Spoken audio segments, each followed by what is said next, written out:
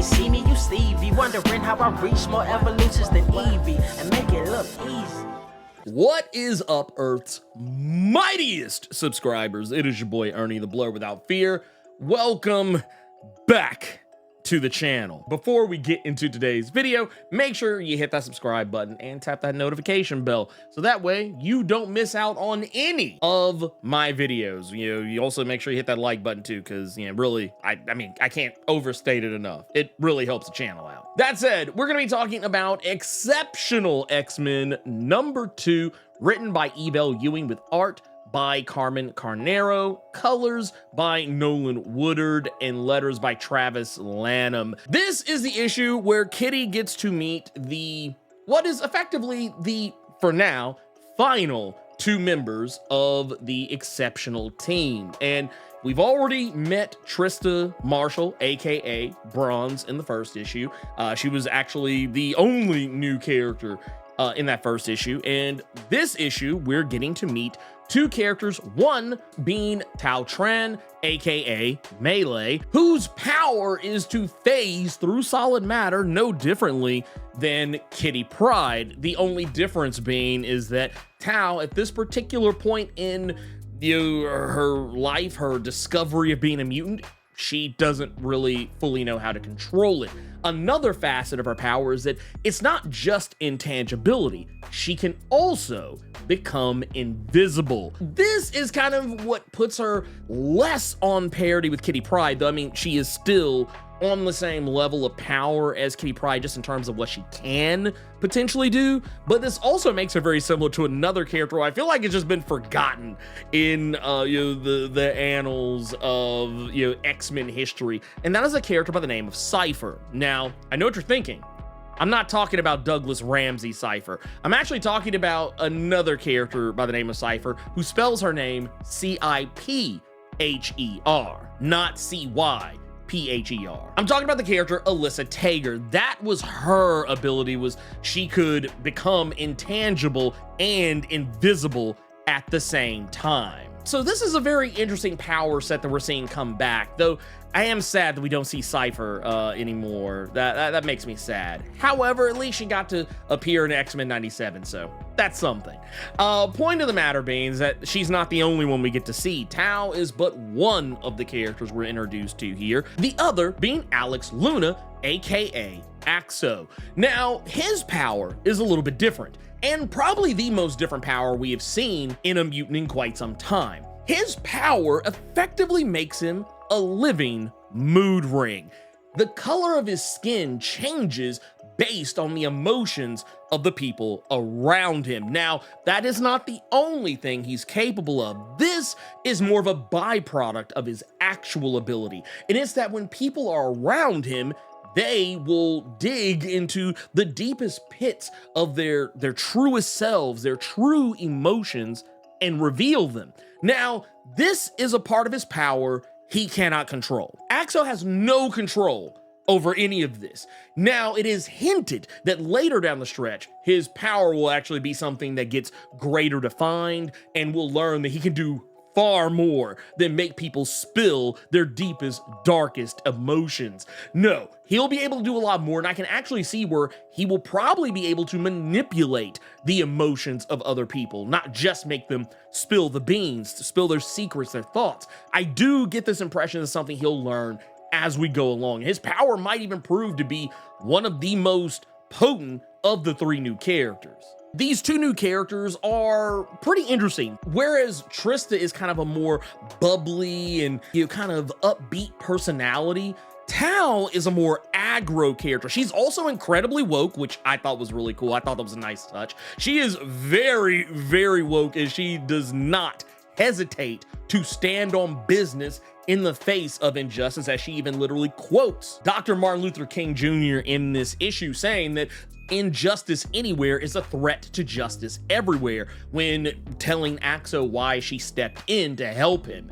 And while Axo is, as you would imagine from his power set, he's an incredibly emo character, but it's not because he's such a depressed person. It's because he doesn't like what his power does to other people around him and how it makes people feel like they could just talk to him about anything when he just wants to be left alone. And, also being a mutant, it's something that he can't hide. His power is not necessarily visible to anyone else, but just the effects of it are visible to anyone else just by looking at him, his skin changing color with every emotion that passes by him. This whole scenario in this issue is a case study as to why Kitty Pryde is the best person suited to mentor these children, whether she likes it or not. We gotta remember, who was the one who helped effectively raise Kitty to be the woman she has ultimately become, and that is Aurora Monroe, aka Storm. She is the reason why Kitty is who she is today. When Kitty first joined the X-Men, Storm was the one who was effectively her mentor and mother figure on the team. I mean, yeah, sure, Charles Xavier was the father figure, he was the mentor for everybody, but Kitty and Storm had a type of relationship that I think actually transcended anything that I think Charles has ever had with any of his students, and I think it's why both in the past and now, Kitty has been a mentor, and I would think even an effective mentor to mutants. It's because she learned from one of the best. She learned from the GOAT, Storm, and respect is put on that in this issue, and it's largely the reason why, well, I won't say largely, it's a bit of the reason why Kitty is going to do what needs doing. We always talk about how, a real hero, when it's time to act, when it's time to step up to the plate, they don't necessarily think about what they're gonna do. Maybe they do, maybe they don't, but I mean, they never really consider the option of stepping forward and doing the thing. No,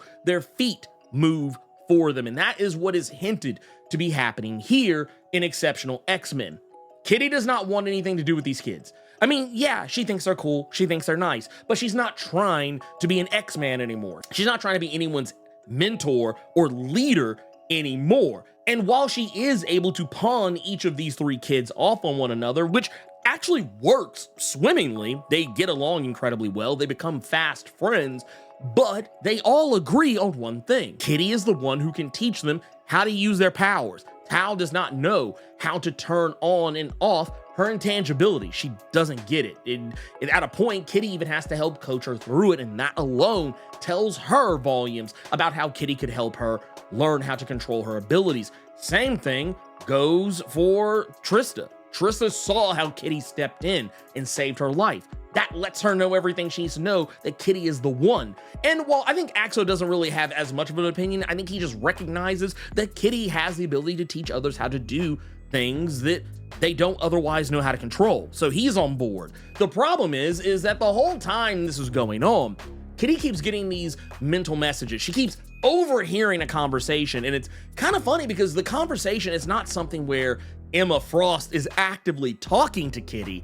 It's actually more like Emma Frost is spying on Kitty and keeping tabs on her, but at the same time, it's almost as if telepathically Emma is speaking out loud. Like, it doesn't seem like she's saying what she's saying to where Kitty can hear it on purpose. It's that she's just musing about things as she's reading Kitty's mind, and Kitty, being someone who was trained by Charles Xavier, is picking up on that kind of background static. Emma has a vested interest in these children, and she steps in where Kitty will not. And it's kind of funny how this all plays out, because why would Kitty be worried that Emma has taken a vested interest in these children? I mean, weren't Kitty and Emma the best of friends during the Krakoan era? Weren't they practically mother and daughter, by the time that it was all said and done? Yeah, as a matter of fact, when Kitty Pryde was unalived during the early days of the Krakoan era, Emma Frost was probably the one who rode the hardest in the paint for trying to figure out who was responsible for taking her out. But before that closeness came apprehension. Kitty did not trust Emma Frost on any level, despite the fact that Emma had been a good guy for quite some time. As a matter of fact, Kitty served on the Astonishing X-Men alongside Emma Frost. She knows how far Emma has come as a character.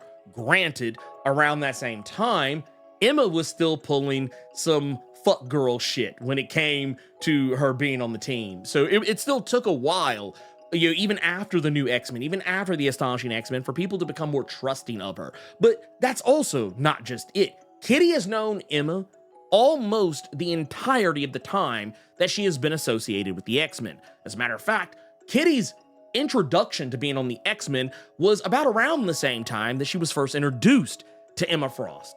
Back when Emma Frost was a whole ass, well, I don't want to say mustache twirling, but hair twirling villain. Emma Frost was at her peak villain phase back then. That was also about roughly around the time she quite literally pulled a Get Out on Storm. Point of the matter here is there's a lot of reason why Kitty would be apprehensive, though I do feel like there's less reason today than there would have been at the beginning of the Krakoan era. The Krakoan era, the beginning of that, it made sense for Kitty to not trust Emma because, yeah, Emma did have a capacity to be on that Fox News bullshit.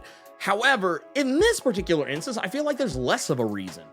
But I feel like Kitty is still no less justified in being curious as to what Emma's trying to pull off. And at the end of the day, I honestly feel like it's nothing nefarious. I actually kind of feel like this is Emma's way of trying to get Kitty on board, if by no other way than galvanizing her by stepping in and doing something herself. Real quick, before we get out of here, I want to let everyone know we're going to be doing a really awesome, really fun claim sale tonight. Dynamite Entertainment is going to be in the building. The best way to describe it is it's going to be ranging from things like CGC Transformers #1 and Venom #35, as well as Doom #1, and there'll also be original art pieces and things of that nature, so make sure you tune in. We're going to be live October the 11th, starting at 8 p.m. Eastern, 5 p.m. Pacific, and we'll just kind of go until, well, whenever. But I just want to put that out there, so yeah, make sure you tune in, and I'll see you all there.